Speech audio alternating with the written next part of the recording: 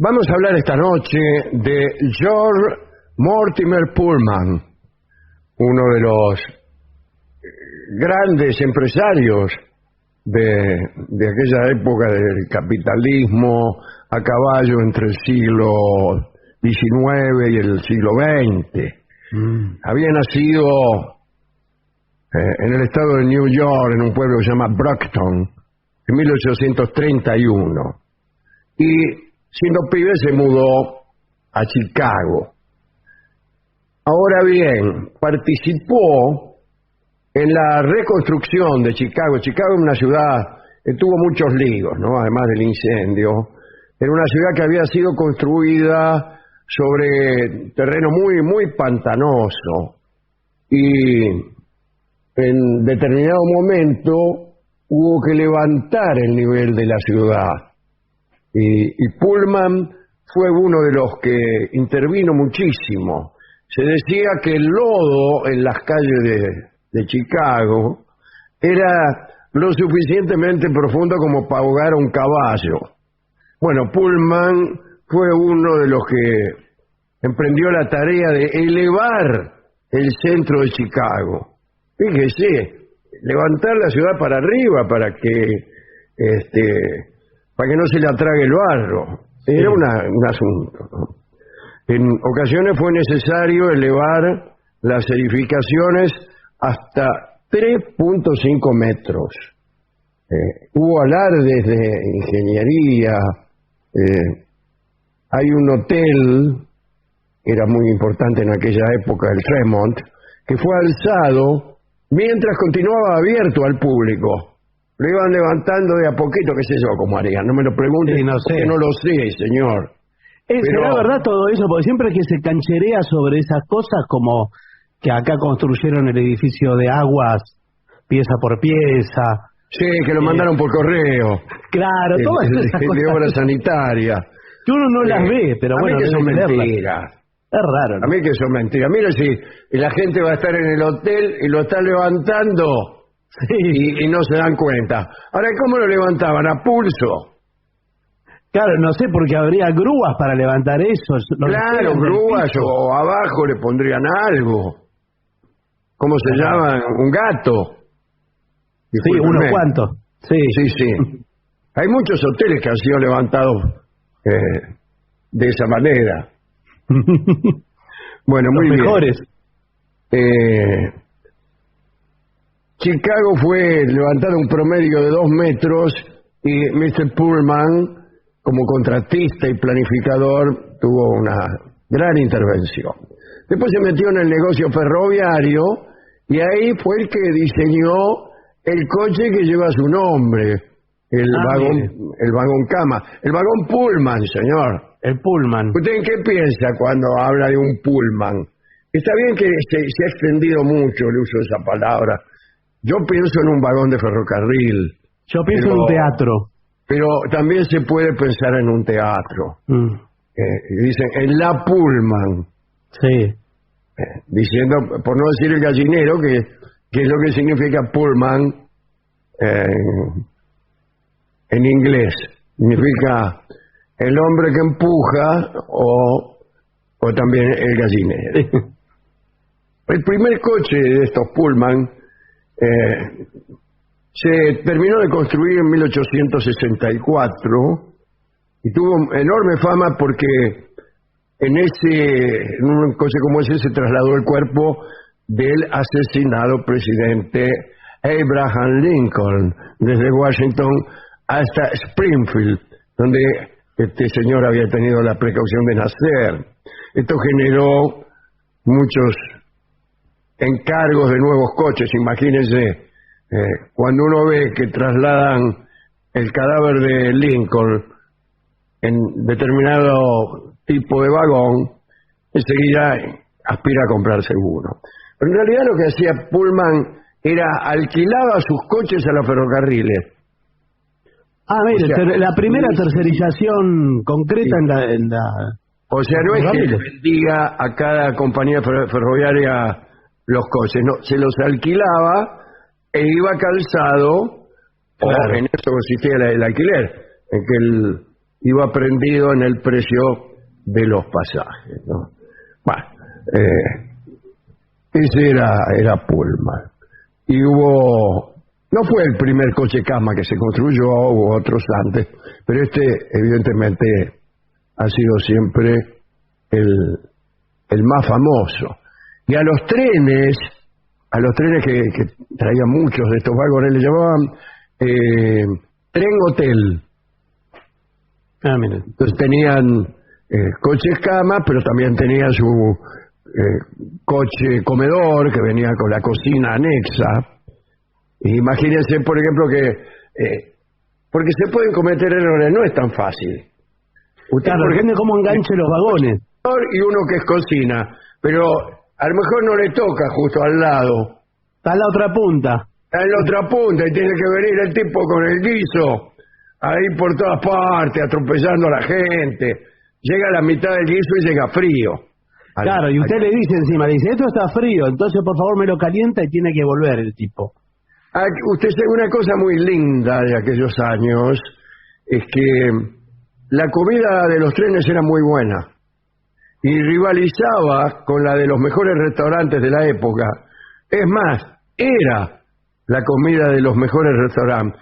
Por ejemplo, había un coche que le llamaban Del Mónico porque la comida que se servía en ese coche comedor era preparada por los chefs del famoso restaurante Del Mónico de New York. Así que es una buena idea para estos tiempos. Por ejemplo, el vagón Babieca. Claro. Lo que pasa es que después no se quiere bajar, porque usted está comiéndose el pan dulce de Babieca. Sí. Ya llegó a destino. No, claro, y sigue. Y sigue, Además, dice, como la costumbre tráeme de Babieca otro. es quedarse un rato largo. Claro. A cualquier hora la gente llega y no se quiere bajar. Bueno, este muchacho Pullman sostenía que los antiguos esclavos de las plantaciones del sur, ahora ya liberados, reunían el respeto y el entrenamiento necesarios, para no hablar de su aspecto, para atender a los hombres de negocios que precisaban sus servicios. Pullman se convirtió en el primer empleador de afroamericanos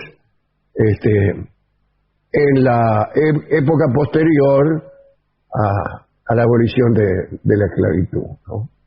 Pero, bueno, les dio su salario, qué sé yo, pero los roles, es decir, las acciones que se cumplían arriba de los trenes, sostenían el aspecto de los amos y de los esclavos, ¿no?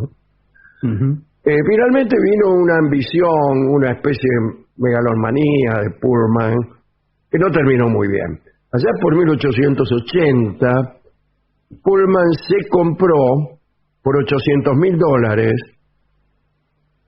16 kilómetros cuadrados de tierras cerca del lago Calumet, unos 22 kilómetros al sur de Chicago, y le encomendó al arquitecto Solon Spersen Beman, muy famoso por aquellos tiempos, muy famoso en su casa a la hora del almuerzo, solemos decir aquí en este programa.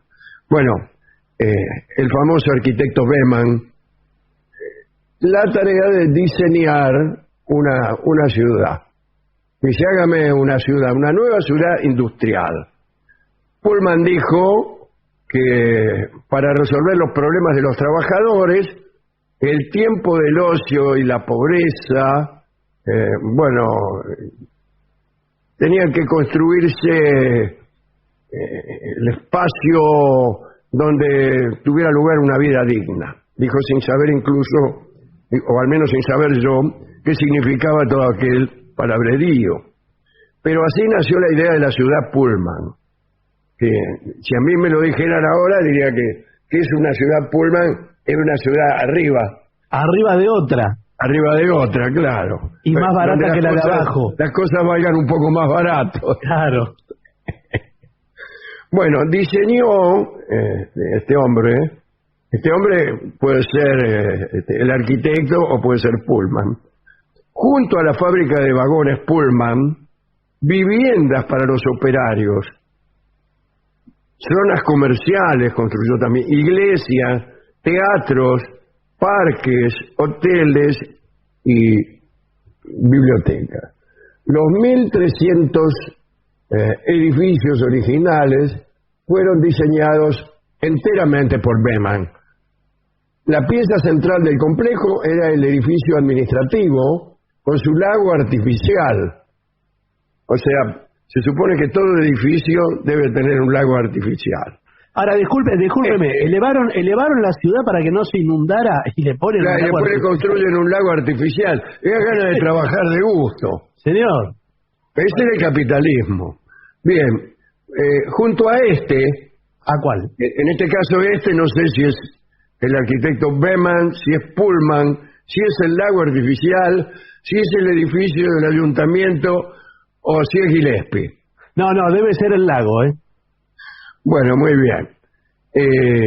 Se construyó el Hotel Florence, bautizado en honor de una hija del señor Pullman. Supongo yo que sería Florence. Sí, Florence Pullman. Bien. Pullman creía que el ambiente del lugar y los servicios disponibles debían estar exentos de agitadores, bares, suburbios, y que así se generaría una fuerza de trabajo feliz y leal. Estos eran capitalistas. Claro, bueno, toda esa época tiene personajes así, Claro. ¿no? Que se emparentan a un... Eran al mismo tiempo esclavistas y filántropos. Sí. Tenían cada uno su costado, ¿no? Bueno, Pero hay una ética del capitalismo que permitió ese desarrollo vigoroso vinculado a la producción más que a las finanzas, ¿no? Como es vinculado ahora. enteramente a Claro. la producción, pero vinculado también a la idea que se tenía de un estado de bienestar, a la idea, al menos sincera, de que esta forma económica era la que mejor permitía la felicidad, así en términos promedios. Después, también es cierto que esos mismos tipos, vos le hacías una huelga y te mandaban a la cara y hacían sonar a 5 o 6. Pero, pero evidentemente, tanto en lo que realmente ocurría como en lo que ellos creían que ocurría, todo era un poco mejor para los que menos tienen, ¿no? Bueno, esta ciudad se convirtió en una atracción durante la Exposición Mundial de Chicago, causó sensación en todo el país. No sé si en todo el país, en realidad una ciudad causa sensación allí donde se encuentra. Sí, alguna sensación. Pero me imagino que habrá tenido repercusión La repercusión, y se habrá hablado mucho, pero causar Claro. sensación. París causa sensación en París, no en las Toninas. Bien. Pullman fue elogiado por toda la prensa debido a su visión, benevolencia, bueno, etcétera. Y esperaba que esta ciudad le proporcionara, esperaba Pullman, ¿no? Que esta ciudad le diera beneficios económicos, pero las cosas no resultaron como él las pensó. Por ejemplo, él creía que todo debía estar absolutamente determinado y ordenado. Entonces prohibió los periódicos. Atención, prohibió los periódicos. Prohibió los discursos públicos, las reuniones, las discusiones abiertas. Sus inspectores entraban regularmente a las viviendas para inspeccionar acerca de la limpieza. Uy, que no entren en la casa de Dorio. Y podían incluso rescindir el contrato de trabajo con un preaviso de 10 días. Después, una curiosidad, las organizaciones privadas de caridad no estaban permitidas. Chao. En 1893 hubo una crisis fortísima en Estados Unidos, lo que se conoce como el pánico del 93. Cuando los negocios decayeron, Pullman recortó puestos de trabajo, recortó salarios, horas extras. En cambio, no rebajó los alquileres ni los precios en su ciudad. Y hubo una huelga en Ciudad Pullman que duró 2 meses. Y la respuesta, como dejé entrever hace unos párrafos, fue la represión. Todo muy lindo en Ciudad Pullman, pero la huelga fue disuelta por tropas federales enviadas por el presidente Grover Cleveland. Fue uno que fue, ayer hablábamos de presidentes, este fue 2 veces presidente. ¿Este era republicano? Creo que sí. La reacción de los huelguistas cuando vieron a las tropas federales fue de estupefacción. El gobernador de Illinois, Illinois es el estado al cual pertenece Chicago, ¿no? Y el alcalde Hopkins de Chicago se habían opuesto a la presencia de las tropas federales, pero el presidente Cleveland siguió mandando tropas, meta y meta. Más de 6.000 amotinados habían destruido 700 coches de tren. 700. Muchísimo, toda la planta ferroviaria de la Argentina. Sí. Ahora. Sí, ojalá tengamos 700, no sé. No creo que haya 700, pero hablando de la planta ferroviaria de la Argentina,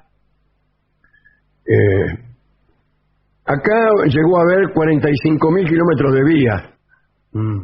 Es mucho, ¿eh? Es muchísimo. Era mucho. Bueno, lamentablemente el progreso se llevó el tren. Es increíble las cosas que se lleva el progreso.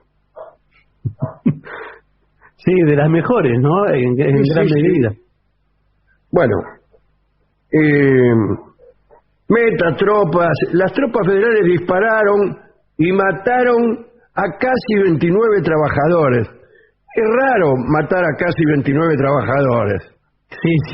Si yo hubiera matado a 29 trabajadores, hablaremos de casi 30. Está agonizando el número 30 todavía. Sí. Bueno, para terminar, una comisión federal estudió el caso de esta huelga y determinó que el paternalismo de Pullman era culpable del problema y definió a la ciudad de Pullman como contraria a la cultura estadounidense. Tomá, listo. Y en 1828 la Suprema Corte de Illinois obligó a la compañía Pullman a vender sus propiedades urbanas, anexándolas a la ciudad de Chicago. Claro. No existe más ciudad Pullman porque está dentro de Chicago. Le hubiera pasado igual de un modo o de otro, porque si quedaba a 22 kilómetros de Chicago, hoy cualquier cosa que quede a 22 kilómetros de Chicago es Chicago. Bien. Que dicen, yo no la conozco, pero dicen que es de las ciudades más bellas de los Estados Unidos. Así es, sí. Porque fue diseñada varias veces por distintos motivos. Pero allí fue donde se dio casi una conjunción de prosperidad económica, de aparición de estos personajes como Pullman, como Carnegie, como tantos otros, que aunaban el dinero con cierta vocación filantrópica, filosófica, si vos querés.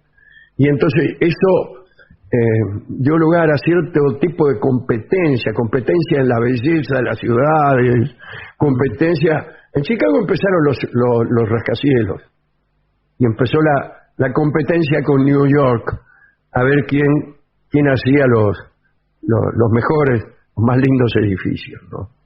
Y efectivamente quedó una ciudad hermosa, cosa que no siempre son las ciudades de los Estados Unidos. Bueno, el caso es que todo mal con Pullman. La opinión pública que antes hablaba Pullman de aquí, Pullman de allá, le siguió dando pifia. Y cuando murió, no la opinión pública, sino en 1897 Pullman, Sí. fue enterrado por la noche en el cementerio Graceland en un féretro forrado en plomo con refuerzo de acero en una bóveda de hormigón donde se vertieron varias toneladas de cemento para impedir que su cuerpo fuera exhumado y profanado por los trabajadores. Así terminó Pullman. Pullman, cuyo nombre seguía estando, cuando yo me fijaba en esas cosas, en los vagones de ferrocarril, en lo que podríamos llamar el chasis. Sí. Se hablaba de Pullman, así como se habla todavía de Westinghouse, donde están los frenos de los vagones del ferrocarril. Bueno, esta es la pequeña historia que quería contar hoy acerca de un señor que tiene este famoso nombre de Pullman. Sí. Qué curioso, ¿no? También acá se llaman Pullman muchas otras cosas. Algunos, también a los colectivos suele llamarse Pullman. Sí, los que son con semicama o cama. Salieron en un Pullman. Sí. Bueno, y los cines también, los teatros. Sí, de eso hablábamos antes. Sí. Cuando usted pidió permiso para ir al baño. Sí, señor. Que sí, ahí no supimos por qué. ¿Qué tiene que ver Pullman en el gallinero de los teatros, no? Sí, es raro. Les prometo que lo voy a averiguar ahora. Debe ser obligatorio, creo yo, ponerle el nombre, ¿o no? Porque si lo inventó él, dice usted, o algo así. Sí, claro, algo de eso debe de haber, porque no tiene ningún sentido. Pero hasta quizás ya arriesgando todo, o sea, sin ningún tipo de dato, como corresponde a la radio. Como corresponde, señor. Como corresponde al periodismo. Pero pienso, asomándonos a este perfil que acaba usted de contar del señor Pullman, puede ser que en algún momento haya sido un filántropo también de las salas teatrales y haya anexado, por ejemplo, algún sector para los trabajadores. Le hayan puesto el sector Pullman. El sector Pullman. Y desde ahí, esto me parece que es tan razonable que yo ni me preocuparía en verificarlo. Yo también, para mí es así. Lo damos por cierto. Algunos creen que el periodismo es eso. Descubrir cosas que les parezcan a ellos tan razonables que los exima de cualquier acción de verificación o prueba.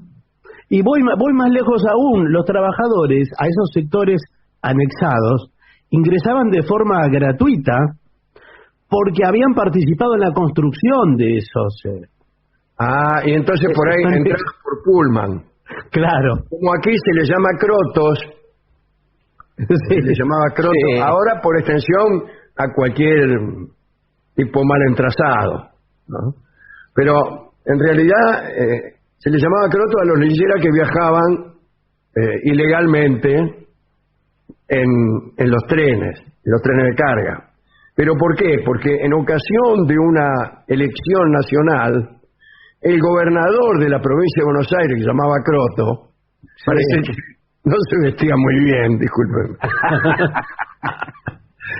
El doctor Croto decretó la gratuidad del servicio de vagones de carga para las personas que no teniendo recursos para viajar y votar, tenían que hacerlo. Entonces se decían que viajaban por Croto o de Croto, y ya finalmente Croto fue cualquier persona que se colara en los trenes de carga. Sí, claro, muy bien. Menos mal que se llamó Croto ese señor y no, por ejemplo, no sé, Pullman. Pinsky, claro, no, o Pullman, o apellidos más largos o más difíciles. Sí, o difíciles. De recordar, Como claro. Westinghouse. Claro. Sí, que dice, ahí vine, ya me ve, hecho un Westinghouse. Bueno, sin embargo, en las playas de Montevideo, a los crotos no se los llama Westinghouse, pero sí Beachcomb. Ajá. En realidad los uruguayos, en su particular manera de interpretar el inglés, dicen bichicome. Mire. Aquí me ve, hecho un bichicome o un bichi, y muchas veces ya un pichi, Sí. y se viste como un pichi. Bueno, es eso. Es un croto llamado Beachcam. ¿Por qué decían ahí? Porque andaban por las playas, caminaban por las playas. Claro. Qué bien. Bueno, estas son las cosas que le gustan a ciertas personas. Ay, qué sé yo, ¿por qué no habla de los bichicomes? Bueno. ¿En qué podemos basar nuestro criterio para elegir la canción? A mí me gusta En la Vía, que es un tema que evidentemente está relacionado con el transporte ferroviario. Y vamos a escucharlo en la versión de El Mundo Rivero.